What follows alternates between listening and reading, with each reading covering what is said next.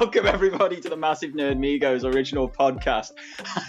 My name is Neurragurgh. I'm your host for this episode. I am joined by the ever lovely, ever flexible, ever effervescent Massive Lee Gaming. Welcome, Lee. How are you doing today, mate?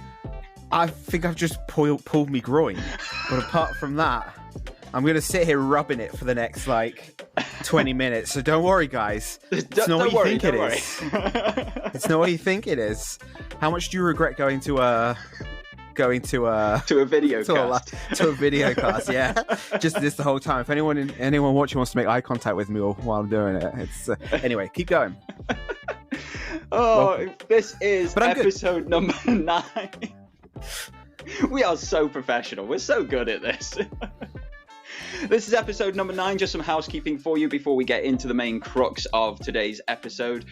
This is a podcast hosted by 4 Geeks and Nerds for your listening pleasure. Happy Ninja Rob should be joining us a little bit later. He's stuck in traffic at the moment. And Wibble Sniff has died today. So he's dead every time, honestly. He's dead every time. He does actually sound like he's gargling marbles today, though, so I thought it best to not put that on our beautiful listeners. You can gargle my marbles.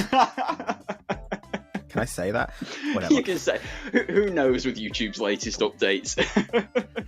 The podcast is available on YouTube, Spotify, Anchor, and all good listening stations, or most good listening stations.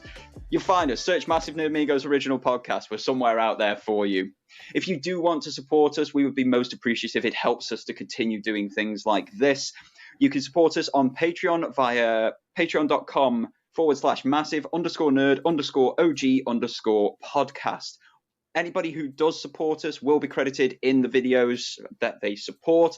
I do apologize for the last couple. I have forgotten to do that during the editing process. Digital Pig UK, we love you. We are able to do this because of you, and I am so sorry I have failed you. But thank you for your continued support. If you support us on Patreon, we'll put you in the video if we remember. If we don't, get in the bin. Get in the bin. It doesn't matter. It didn't happen. Thank you for your support. Of course, all support is appreciated. If you just want to like, comment, subscribe on any of the platforms that support it, it is very much appreciated. We love you coming along. We love seeing the comments that you leave, the piss taking that you do with us. Yeah, we've got some good fans out there. We really appreciate you, and thank you for hanging around, listening, and constantly turning up. Fan. So we've got a few things on today's agenda. There's 4 down to be discussed. I think we might only get through 3. It totally depends on time and how in-depth we go. But number 1 on the list is big tech cutting a bunch of jobs. Microsoft, Amazon, and Google all swinging the axe. We've then got our thoughts on the Xbox Developer Direct, which was held last week. Xbox, Nintendo, and PlayStation have said they're not attending E3 this year. So that one's going to be a bit interesting. And then finally, we will maybe be discussing James Gunn's new slate of DC properties. So hi, Rob. Welcome. Hi. Late to the party, but at least you made it, unlike Wibble. Yeah, with a completely smooth and issue-free entrance as well. So, yeah. Yeah, no technical hitches or anything there at all. No, nothing happened. So, the first topic of the day is looking at the big tech companies. We're talking Microsoft, Amazon, Google. Between them, they have let go of 38,000 people. Lee, thoughts? Hello. It's not good, is it? It's quite bad. Yeah. It's definitely a negative turn of events. It's not what I was expecting with all of especially with some of the profits that they've been turning. I didn't expect them to have such a big culling. And do you know how you get more profits? By paying more less people. Yeah. That's it. Everything's just money based, bro. Honestly. It's all money. It's it doesn't matter if you've got like kids to feed or any of that shit. You know, I say shit, right? Shit. Wait, you know what? 2 secs. No, yeah. So they've just cleaned house, haven't they? Basically, they've just absolutely cleaned house. To the average person like you or I, yeah, I'd say it feels like they're cleaning house. But when you consider that Microsoft employ 250,000 people. Yeah. 250,000 people are employed by Microsoft. them getting rid of 10,000 people is like a little local business of 25 people getting rid of one person. It's an issue of scale in that regard. And whilst I do understand it from a business perspective, from a money saving, costs, overheads, and all that sort of perspective, especially if it's from regions where, say, you've maybe overhired or people have had a much easier ride and the job can still be done but with less people and it's still within the terms of their contract. I understand it, but it doesn't mean I have to like it. Yeah. I would like to see how that sort of split, how the numbers are split and where that's kind of gone. Because is it like, are they getting rid of sort of the front line people? Are they getting rid of like middle management because it's all too bloated and weird? Like, I'd be very interested to see how they're splitting that. From the Microsoft side, we've got some actual information that they have provided, and it's from cloud computing, essentially. Because it became so heavily invested in during the pandemic, because every company moved to working from home, they were investing heavily in cloud solutions for what they were doing in person previously. And that stopped, especially in America. They're forcing people back into the offices and such now. I know we're a bit more loose here in the UK. We've realized that this sort of hybrid working environment is generally better for people, the mental health, physical health, work-life balance and all that sort of stuff. And so most companies are doing a more hybrid option nowadays, which is great to see. It's one good thing to have come out of the pandemic. But what that means is when you've got people either hybridizing or going back to the traditional way of doing things, is you've got this massive area in cloud computing, communications, all of the things that were vitally, incredibly important in 2020, 2021, 2022 that just aren't as important nowadays. Now, whether that's the same for Google and Amazon, I don't know. I mean, I imagine one of the big things that's hitting them, if it's a lot of cloud computing stuff, I would say that because I mean, Amazon with AWS have come out as the clear winners in kind of like big enterprise kind of scaled cloud computing. I mean, we can see that with the likes of when we had the AWS outages like last year and stuff like that. Like everything was gone because everyone uses it, and Twitter just lit up with people going But I mean, is that exactly what they said? It's exactly what they said. That was exactly it was like what they said in that exact manner. If you went on Twitter, it was just trending. That was it. Yeah. Sound like angry. Yeah, it was. Yeah, hashtag was number 5 trending in the UK. Yeah, not only number 5. Okay. Yeah, bigger in America, but but yeah, I think that's not fair.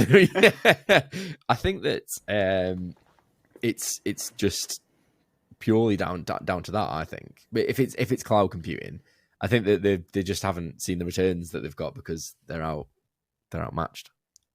I mean, a lot of it's cloud computing, and again, this is only talking from a Microsoft perspective because they're the only ones who've given any sort of information. So a lot of it is the cloud computing aspect. Some of it is AR, so augmented reality. They're realizing that that's maybe not the way to the future, or if it is, it's going to be more a gradual incremental thing rather than put all your eggs in the basket now. But they've decimated their gaming sector. Like Xbox first party studios have been absolutely rinsed.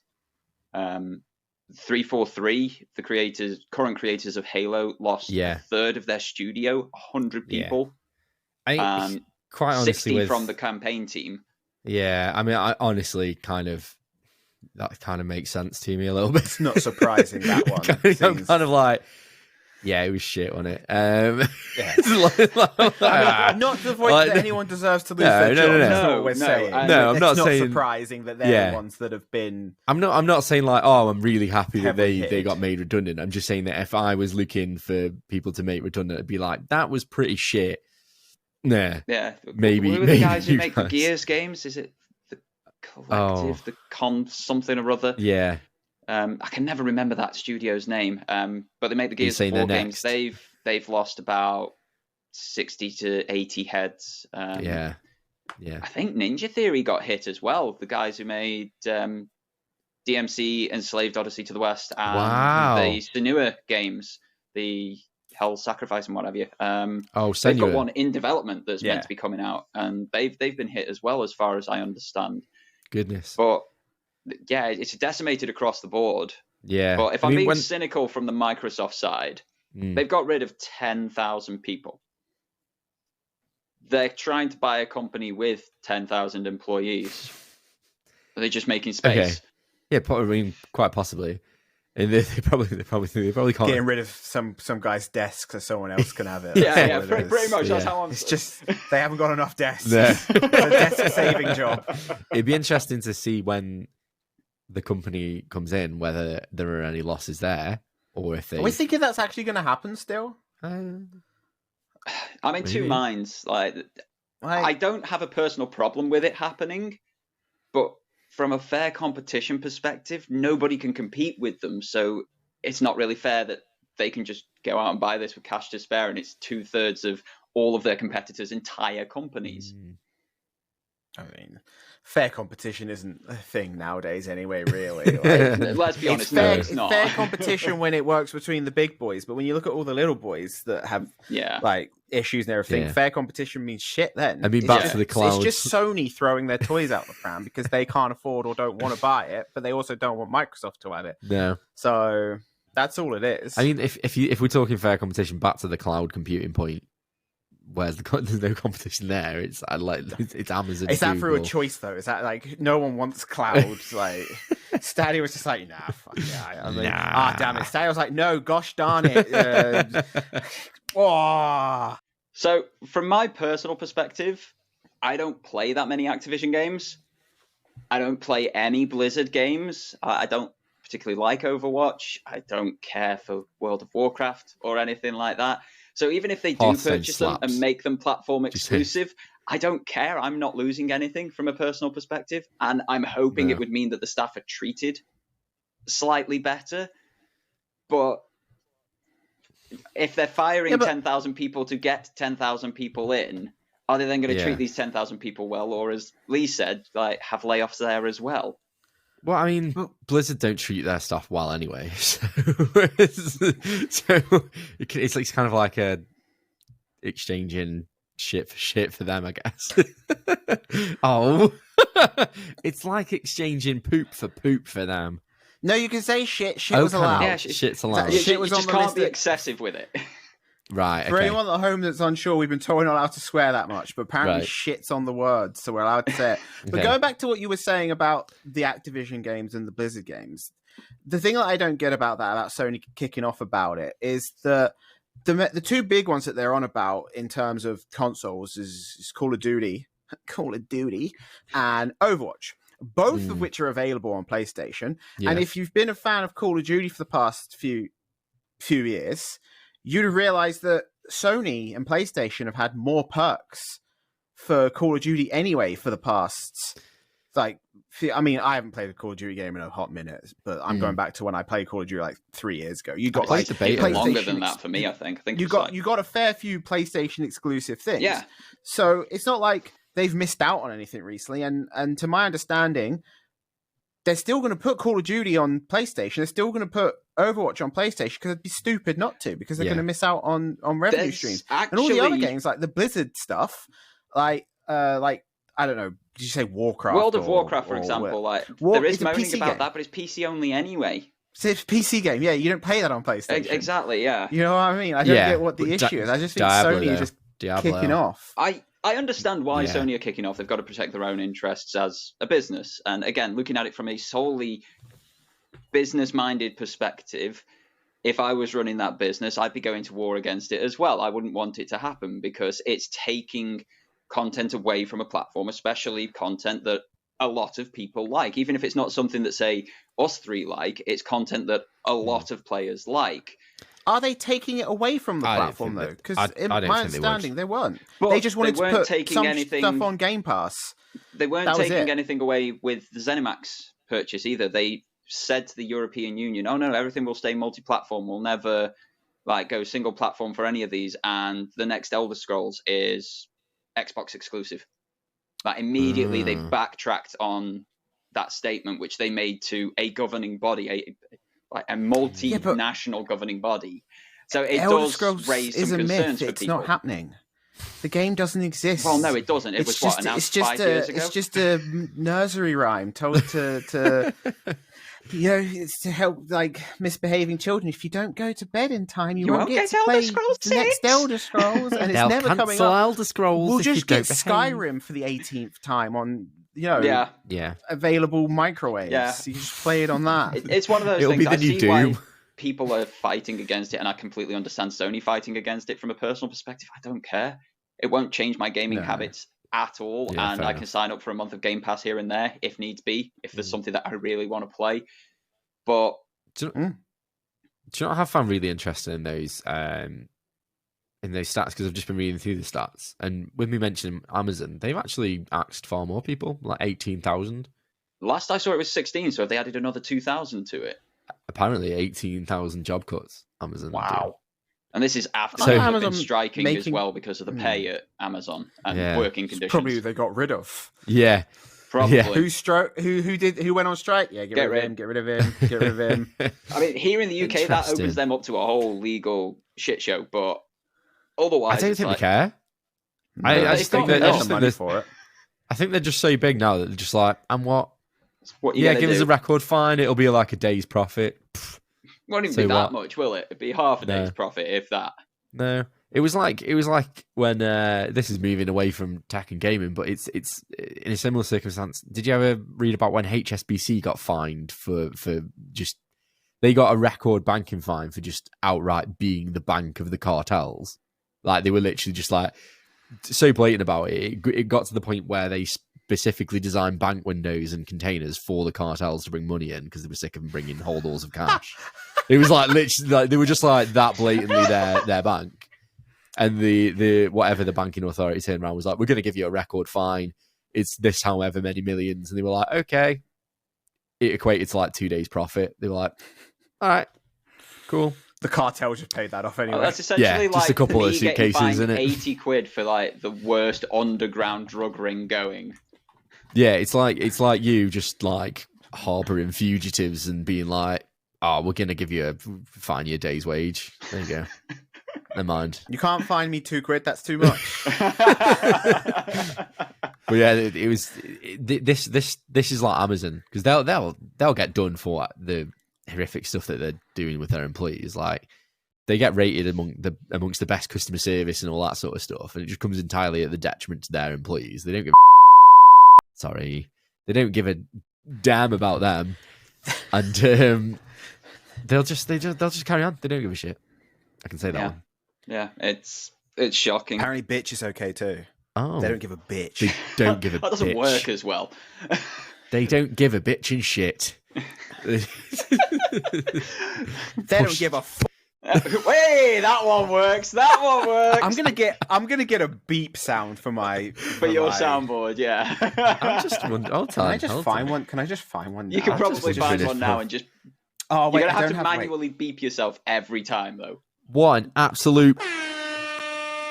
I haven't got the right mic set up, so I can't do it. Rude, I'm not sure I have. In future, I know for next time. So what we're saying is, it's terrible. It's an issue of scale, but they're going to get away with it because they've got so much money. Yeah. Yes. That's just how life hate this world on occasion. Yay, capitalism! Moving on then. Stuff that we've got a much better knowledge upon, stuff that we know probably inside out. Last week... Loving men. Well, there's possibly that. I wasn't there personally. I missed the invite and I'm very disappointed. But Xbox decided to go the route of both PlayStation and Nintendo, and they gave us a Direct. And they actually called it a Direct as well. 1 hour. They were very direct about it. For 5 games. I didn't watch it, even though you told me to watch it. I'm very sorry. You literally told me to watch it twice, and then I didn't. Did you watch it, Rob? I didn't watch it. Yeah! Let's piss and go! Tell us about it. Tell us about it, Dargo. What happened? Did you at least catch up on the news that came out of it? Lee, you've obviously caught up on one bit. Yeah, I played the game, the Hi-Fi Rush, which is really good. It's so good. Really, really good. It's amazing. Okay. Like, that's like I won't be surprised if when we have our end of the year podcast, we're talking about our game of the year, so that's not up there because it's that good. Almost convinced it's going to be in the conversation. It's just yeah. It's that good an experience. It's that fun, and I think it's that bit that's been missing, isn't it? So for anybody who doesn't know, anybody who didn't watch the direct, about 2/3 of the way through. Me and Rob. Yeah, you guys. Tango Gameworks, who are the guys behind, is it Evil Dead games or something like scary horror shooter games, came out with this cel-shaded, ultra bright, rhythm-based action game. It's like a crossover between anime, Rob's drumming, and Devil May Cry. It's like if you've ever played Crypt of the Necrodancer, it's like that, but it's like a 3D action game. Yeah, it's so good. It's so good. But they stealth dropped it. They hadn't announced it. It hadn't leaked, and I think this was the biggest part. Like, no one knew this was happening. We knew everything else that was being spoken about within this direct because Microsoft had told us beforehand. But they didn't say anything about Hi-Fi Rush. And about 2/3 of the way through, Tango Gameworks logo comes up. Everybody thinks, oh, great, a new horror game. And this thing lands. And, oh, by the way, it's going to be on Game Pass in 2 hours' time. It was amazing. It was the one thing in that show that I personally thought was worth tuning in for. It almost made the whole show worth it. This for me just harks back to a point I was going to make about this and the next point we're going to discuss, which is everyone's going down an Apple route. They're following an Apple model when it comes to these like announcements now, because this is what Apple have been doing since like the early 2000s. Yeah, or just shadow dropping stuff. They'll just have a direct thing, and they'll be like, "Yeah, we've got all this stuff," and then at the end they'll go, "Oh, by the way, we've done this that you can do now," and then like, everyone's like, "Whoa!" But that's cool though, because it's great. Get something fun from it. It's a good model. I have no problem with it at all. No, it's a great model. It's not going to happen as regularly in gaming as say tech, because like Samsung did their one yesterday for the new S23 Ultra and their new laptops, and everything was available for pre-order. Everything, you've got all of these trade-ins and such, and as you say, they've got something for you to do there and then. But gaming, it's a bit harder because you've got a whole development cycle. You've got people coming into the development team, leaving the development team. Like that Tango Gameworks, there's about 200 people who left Tango Gameworks whilst it was being made, moved on to new jobs, other pastures, moved around within Microsoft, that sort of thing. And it didn't get leaked. They didn't talk about it to anybody. So whatever happened, whatever passion was put into that project, more people need to emulate that so that we don't know everything about a game before it's announced. Because the hype around it, because no one knew, I feel is what's elevating it so much as well. With it then being a good game atop that helps massively. But yeah, like I say, it was the highlight of the direct. There were two things I liked about the developer direct.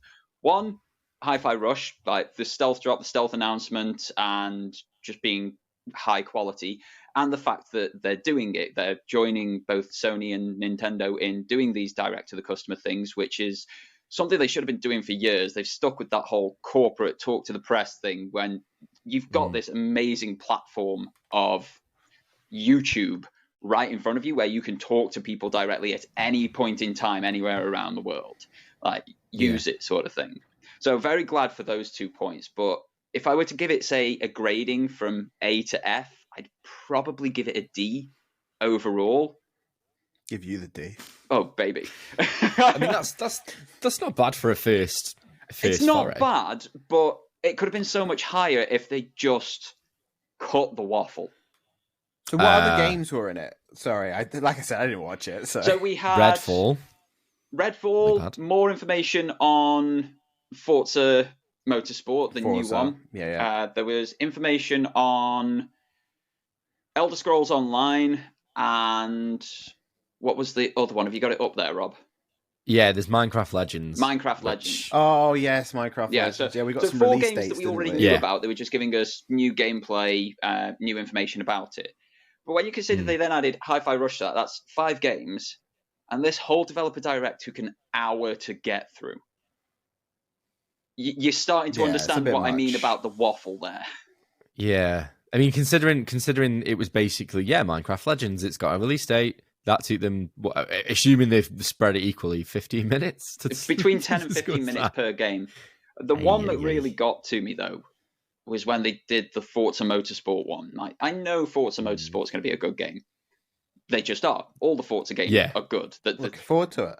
I look forward to playing it. Whether it's going to be in Game of the Year categories or anything else, I don't know, because I got very bored very quickly with Forza Horizon 5 because it was just a reskin of 4. Like, they hadn't changed much of the underlying architecture, how you interact with the game, the gameplay, that sort of stuff. And I fear from what they're saying that's going to be the same with Forza Motorsport 8.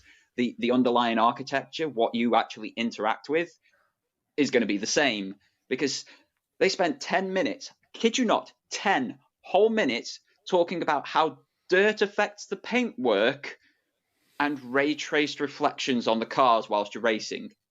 It's very important that, though, because if you ever played any Forza Motorsport game before, you know the most important thing is how dirty your car gets. Forza. No, the most important thing is going on to the design shop and getting a design with the biggest anime titties. and if you're getting dirt on that, you're thinking, "Whoa, I got dirty anime titties." Whoa! Yeah. It's you know, that's next gen gaming for me. It is. There. But the thing is, I think about Horizon. But yes, I agree. From the looks of things and what I've already seen, it's the same again. But it's always going to be. It's a racing sim. Like, it's the realism's going to up a bit. The simulated physics are going to up a bit, and races are going to be happy. Tell me about it. Tell me about how the car is going to handle. Tell me about how I am being immersed in this game through the controller in my hand.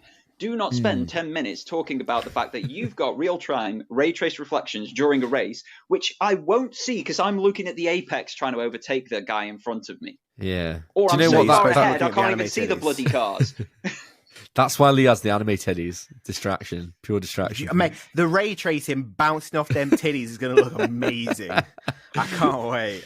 Thing is, I completely agree with you. Like, go on about all that. Do you know what it stinks of to me? It stinks of, like, we'll give this presentation to the guy that's got time to do it, and the guy that's got time to do it is the one that's spent all his time modelling the dirt. Hey, if that was his job, kudos, man. You sold it well. You made sure I knew everything about it. And it looked, don't get me wrong, it looked great. But I don't care how dirty my car is after a race. I care where I placed on the podium. Or if I didn't, I'm going to throw the bloody controller halfway across the street. Like, that's what matters in a racing game. Well, what they didn't tell you there is if you throw your controller across the street, you'll just scuff your paint away up even more. That's that's it. Damage the anime titties. Yeah. And Forza sort of set the scene. Like, Redfall looks awful. It doesn't look the best. It looks straight trash. It's. I'm not going to go as far as say it looks straight trash, but I'm just going to say it doesn't look like my type of game. Okay, let me rephrase that. From the presentation that they gave, it looks straight trash. Because I'll probably have to watch that presentation. You know those E3 games where you have the developers supposedly playing the game, but it's obviously something that's been pre-recorded that they're just talking over in the moment, and it's all so badly acted. Like, badly played, badly acted, just bad all over. They did that for about 15 minutes, switching between where they were, what they were doing. And it just looked like Deathloop all over again, which was a 10-hour tutorial. I don't want to do a 10-hour tutorial again. And I sure as hell don't want to do a 10-hour co-op tutorial. Thing is, with the Redfall, it doesn't look like anything new. It doesn't look like a new concept that I'm kind of like, wow, I'm dead excited about that. It looks like a story-driven Left 4 Dead with vampires that's, I'm sure it'll be really good fun for a while. 5 minutes or something, maybe an hour if we're lucky. The good thing is, though, at least I mean, like, coming from my point of view on it, because it's on Game Pass. If you have Game Pass, you can pick it up, play it for 10 minutes. If it's gash, you just put it back down. Put it back down, 100%. You just uninstall it. I mean, this is the nice thing about Game Pass, and part of me wonders whether they're just making games for that, because it's going to have like 1 million downloads in the first day, and they'll be like, "Oh, that's something I said a few years back, and I basically got castrated for it." But it's like, because things are going to do well on Game Pass regardless. Like, you look at Halo Infinite. Halo Infinite, we can all agree, was not a good game. It had good aspects, but it wasn't a good game. The gameplay was fun. It was just very poorly supported. Exactly, yeah. And then the support afterwards was awful. The co-op didn't exist, which is series staple. The story just ended. It didn't have an end. It just ended. And we've now learned that they weren't making any more content. They were pitching new game ideas instead for a reboot of the series. Like, oh, yeah, cheers, guys. Thanks for giving back to my investment, sort of thing. Yeah. But it's like, that was played by over 20 million people. Yeah. I mean, I played it. I played it. It's free. Yeah. It's free, bro. That's it. Yeah, it's free. We all gonna played play the it. new Halo. Wibble played it. Like, over 20 million people played that game, and it did numbers. It did well for Microsoft in that regard. How many it sold outside of Game Pass, I don't know, but they've said 20 million people played that game. Outriders, made by People Can Fly, they put that on Game Pass day one, and they have the highest player numbers by far on Xbox because of that.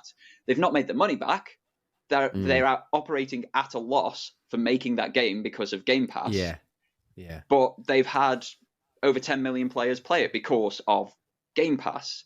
And it was okay. It wasn't a great game, wasn't a terrible game. It was okay. And there's so many experiences that are coming out which are just that. They're just there. They're not doing anything worthwhile, worth shouting from the rooftops for or anything. And when you've got all bar one in this presentation fitting that bill, where it's just going to be there, and because you can access it through Game Pass, loads of people are going to play it just to try it, because before you buy, you can with Game Pass. Why wouldn't you? They're still going to be doing those numbers. They're still going to be finding success, but that means that people can literally cash it in when making the game. Yeah. I mean, out of all these announcements, there's nothing. I mean, like Hi-Fi Rush looks amazing. I'm very keen to play that. Forza's going to be Forza. Yeah. Great. The Elder Scrolls Online. I never got into online, but yeah, that looks like it's free going to be until the next expansion launches, though. So you can get into all 7 million hours of it. I haven't got time. straight up. I don't like the gameplay loop of games like that as well. It just doesn't feel very satisfying to play for me. Which is, if you enjoy it at home, you enjoy it at home. I'm not, Redfall. I'm not keen on that. I mean, I might download it when it comes out, maybe just to play it for an hour. But don't really care. Do you know what I'm most excited about is Minecraft Legends? That looks quite good. Again, it's Minecraft. You can't really go wrong with a Mahjong title. Well, at least it's different though, isn't it? It's different gameplay. Like, they tried it with Dungeons, and Dungeons was okay, fine. I guess it was Minecraft Diablo. Like, it was. I think what we've got to realize with the Minecraft games is they're not aimed at adults like us. No, but I have to come at this from a very different perspective now, because now I'm playing with the twins, and they are bang into Minecraft. They love Minecraft, and anything that takes them away from, can we play another creative world that is flat, is a bonus for me, because I'm not doing that ever again. It's just fair play. So, but this looks sick. I mean, I'm quite into a Minecraft PvP mode. Do all the stuff you do in Minecraft, but then go kill someone. Cool. I mean, can't you do that in Minecraft? Yeah, you don't fall off whatever you're building first. But they've introduced like the PvP. Have you seen what the PvP mode is in this one? It looks good. Don't get me wrong. It looks good. It was just, again, the presentation of it was too waffly, too long. Yeah, I don't imagine it was. It was like they've done the standard Microsoft corporate philosophy that they've done for so many years, that we've all been bored of watching for so many years. They just did it direct to customers this time and cut out the middleman. And it's like, well, this is why there was a middleman previously.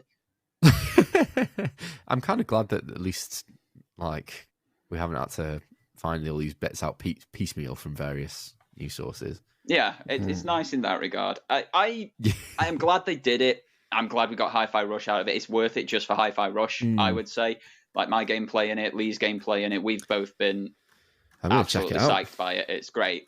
Yeah, it's very good. Very good. I highly recommend. So it's probably worth it just for that for us. But as a structure, just to put this in perspective, 59 minutes is how long this Direct lasted. The last big Nintendo Direct, the one that we spoke about on the first episode, Lee, that was 45 minutes and showed off 40 games. Oh. That's put this to shame, hasn't it? A little bit, yeah. That's what we're dealing with expectation, what we've had delivered to us previously, and what we're getting. There's definitely a middle ground somewhere there. Yeah, there's room for improvement, massive room for improvement.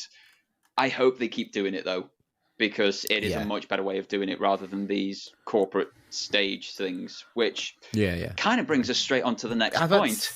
It leads us on to the next point nicely there, doesn't it? It really does, because the corporate stage thing seems to be dying a death. Microsoft, Sony, and Nintendo won't be attending E3 this year. I mean, didn't Sony and Nintendo bid it off last time anyway?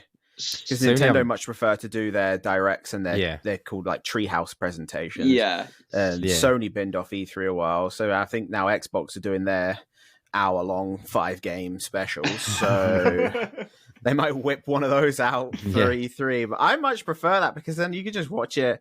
You don't have to This is the thing, though, isn't it? Because again, this comes back to the same point: is E3 is just a big industry circle jerk, isn't it? Everyone just gets together and goes, "Oh yeah, cool." It's just a way to. Again, we're not going to go. We're not going to. We're going to watch. We're going to watch it on the news or see some. I mean, some for years it was a press-only event. The reason it was set up was because we didn't have the access that we've got now. We didn't have the likes of YouTube. We didn't have the likes of Twitch. We didn't have these instantly updating news outlets. We had to wait for the next Play or Xbox magazine to come into your local corner store, which you then had to save up all of your grass cutting money, all of your car washing money to go and buy. And it might have had a demo disc on the front I or miss something. demo discs. Oh, God. Oh, demo discs. Demo discs were the jam. Amazing. So it made sense back then for every developer within the industry to get together with all of the press and tell them what's coming up for the next year. So we knew from July to July what was happening. And then, of course, monthly, we'd get these publications that we'd just buy every month or every couple of months, or you'd buy one, your mate would buy one, and then you do swap season, whatever the case may be. And you'd keep up to date that way. But that's how you knew what was happening for the year, because the press were there at the Electronic Entertainment Expo. As the internet grew in accessibility, in speed, in capability, as things like YouTube and Twitch and Mixer and co took off and started doing numbers, they started to see that people were tuning in directly. And so everybody put on these big presentations. We remember the Dancing Pandas for Ubisoft. We remember Keanu Reeves for that unfortunate cluster that was Cyberpunk 2077. It's apparently a good game now. It is a good game. Once you've burned your bridges. I am gonna go onto a segue now, because I'm just impressed with what I did with that game. When it came out, I ignored it, and after 2 months, when it just got panned, it went into the sales for £5. And I was like, I'm going to buy that, and then I'm going to wait until they release it on PS5 with the patch. And then they released it on PS5, and it was like 40 odd quid again because it had got the new patch. I got the patch automatically because I'd paid £5 for it, and they'd released their update, and it was pretty sick. I was like, nice, that cost me £5 and it's really good. Yeah, there's a lot of people who say it's a great game now, but I did that too. Nice. There you go.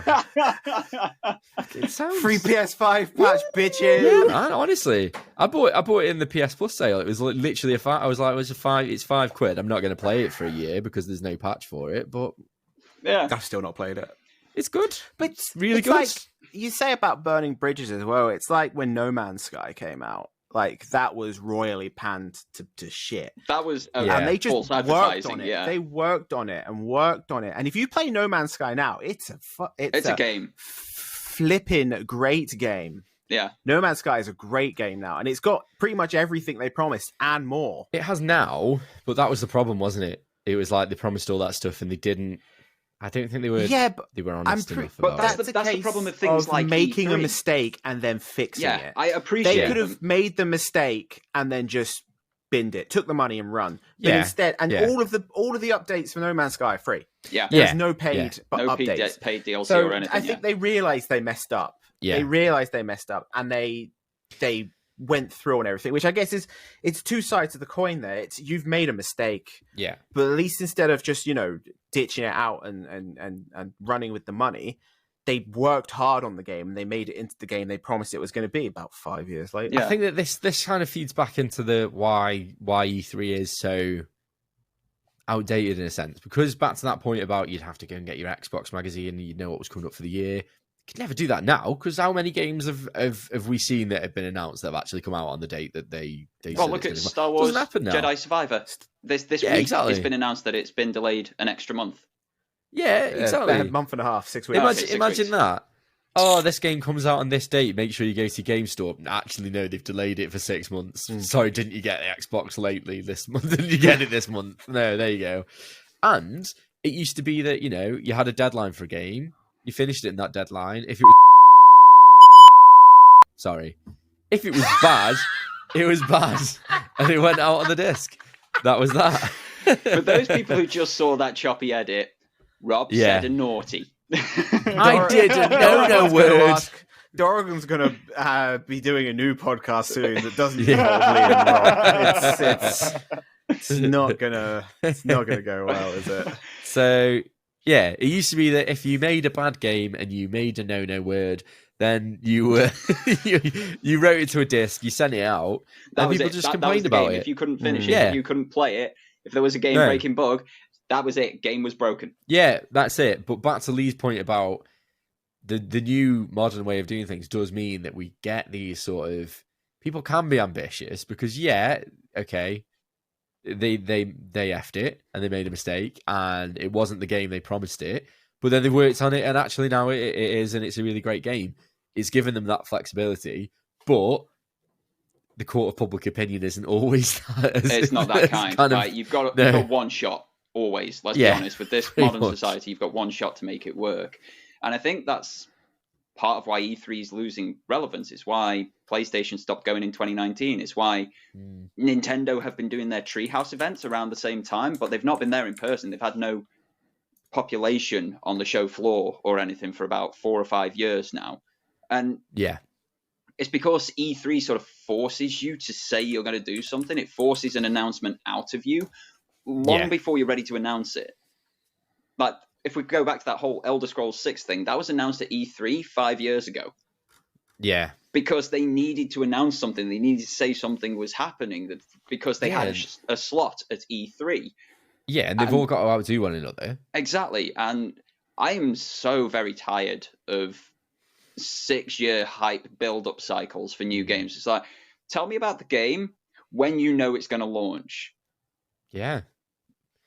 Yeah, but tell me about the game when you've got a gameplay demo. I don't really care. Don't need to know about it before that, not really bothered. Like, oh, you're working on a concept that you may or may not ever come to fruition. All right. That's like Ubisoft cancelling 6 games recently. We've learned that the guys who make Jedi Fallen Order and Fallen Survivor also make Titanfall and Apex Respawn Entertainment. They've cancelled a game in the Titanfall universe this week that they were working on. Single-player Titanfall game. Like, please, I just want Titanfall 3!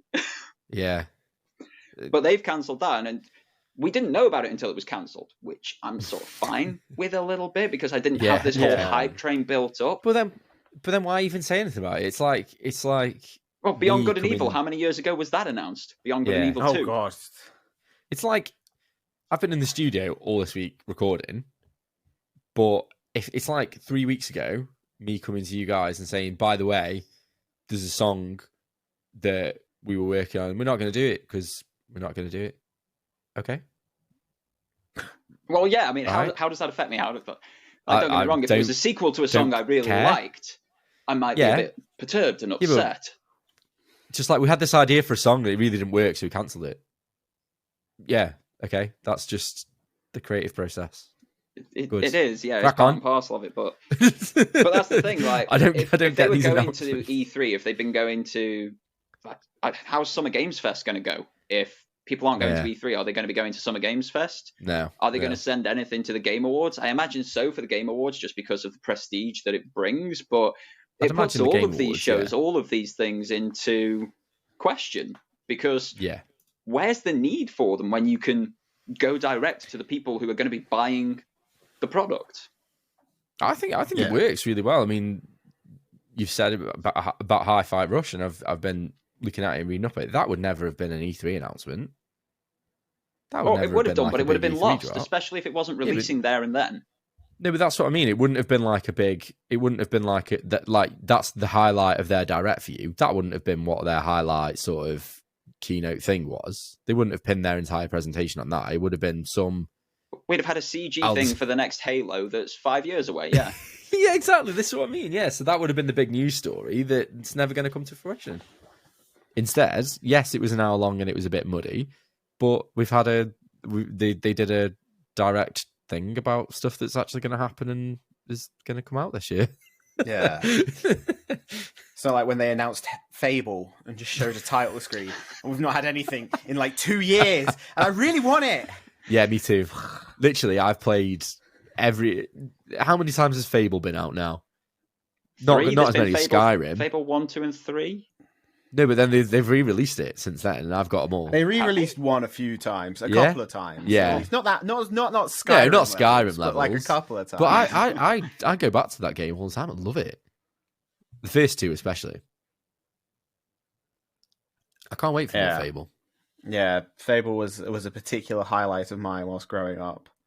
It just makes me feel that like all of these shows are in jeopardy of closing, and I don't see that as a problem from a consumer perspective. I know there's people who work at these shows, that people who organise them, arrange them, and that sort of stuff. That it's going to be jobs and such on the line again, exactly the same as we talked about at the start of things. But they've got skill sets that can be used elsewhere, that these companies that are going direct to the customer could likely use. Yeah, I agree. And I think that's not on the scale of say like all the job cuts that they've done and stuff like that. But if these shows phase out because they're no longer relevant in the sort of industry we find it as it is now, I'm not going to lose. I'm not going to cry in tears for that, because it's just the natural way of things. Things that are things do die out, and things do. You're still going to get the same information. Yeah. It'll just be like be more up to date. It won't be so far away. You won't be waiting years for something. Like you'll get told something's coming, and it's that year, or it's 18 months away at most. That sort of thing. If there isn't another global pandemic. Yeah, fingers crossed. Lee just shaking his head.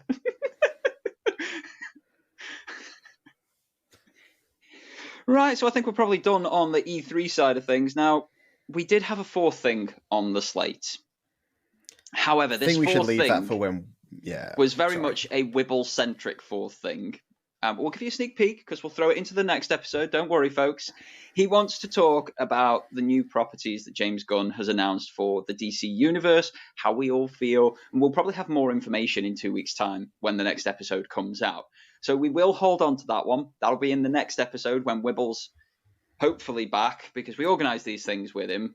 And it's always about 30 minutes before we're due to record that he dies or disappears or something crops up, and the man has issues getting somewhere on time. I thought I had issues getting anywhere on time, so...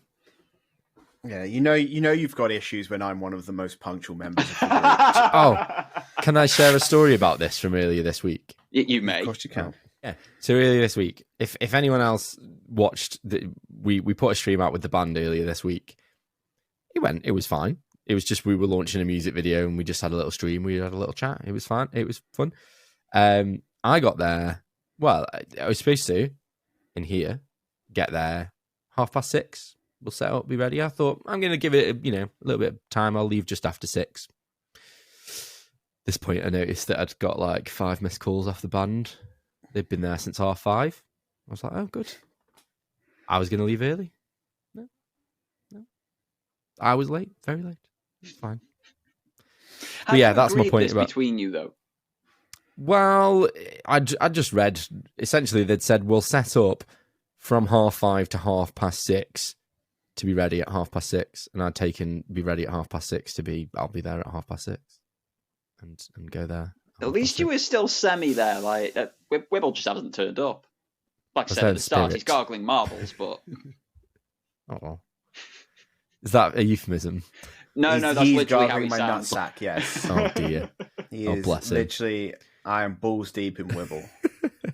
That's why I can't be here right now. Wibble's just below the table. we should have had him on, Wibble. but with a Sorry, Stephen Hawking voice, like just chatting away. I once played Fortnite with someone whose voice had gone, and instead of just talking to me, she would communicate to me via Google Translate. So we're playing like Fortnite, and then we'd die, and then like a minute after we die, it'd be like, these effing butter. He was just like, they probably didn't leave the house because they're virgins. Just in the most robotic voice. But then, like, her daughter would come in and she'd have to talk. It's like, no, can you please not do that? I'm just like, what? Amazing. So Wibble could have been here if he cared about us enough. Wibble just doesn't care enough. And he's going to watch this and take umbrage at this. But if you don't want to take umbrage at what we're saying, Wibble, turn up.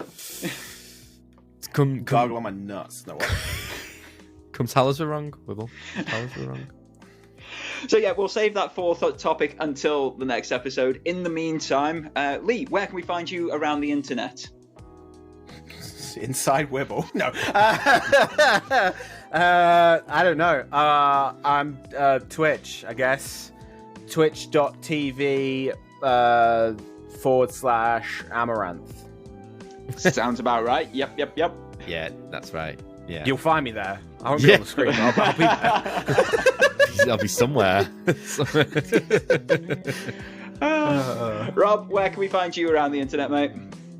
You can find me at Happy Ninja Rob on Twitter, or you can look up my band on Spotify if you want. We're Jesse's Divide. Look us up on Spotify, please. Yeah, that's me.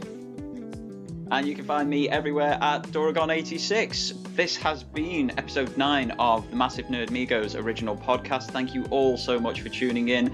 Hit us up with your thoughts on any of the topics down in the comments below, especially Lee's not swearing, because that one's intriguing.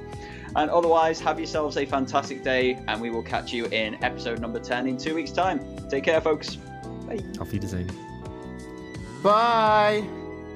Why are you always so late with the bye? Bye. Fuck off.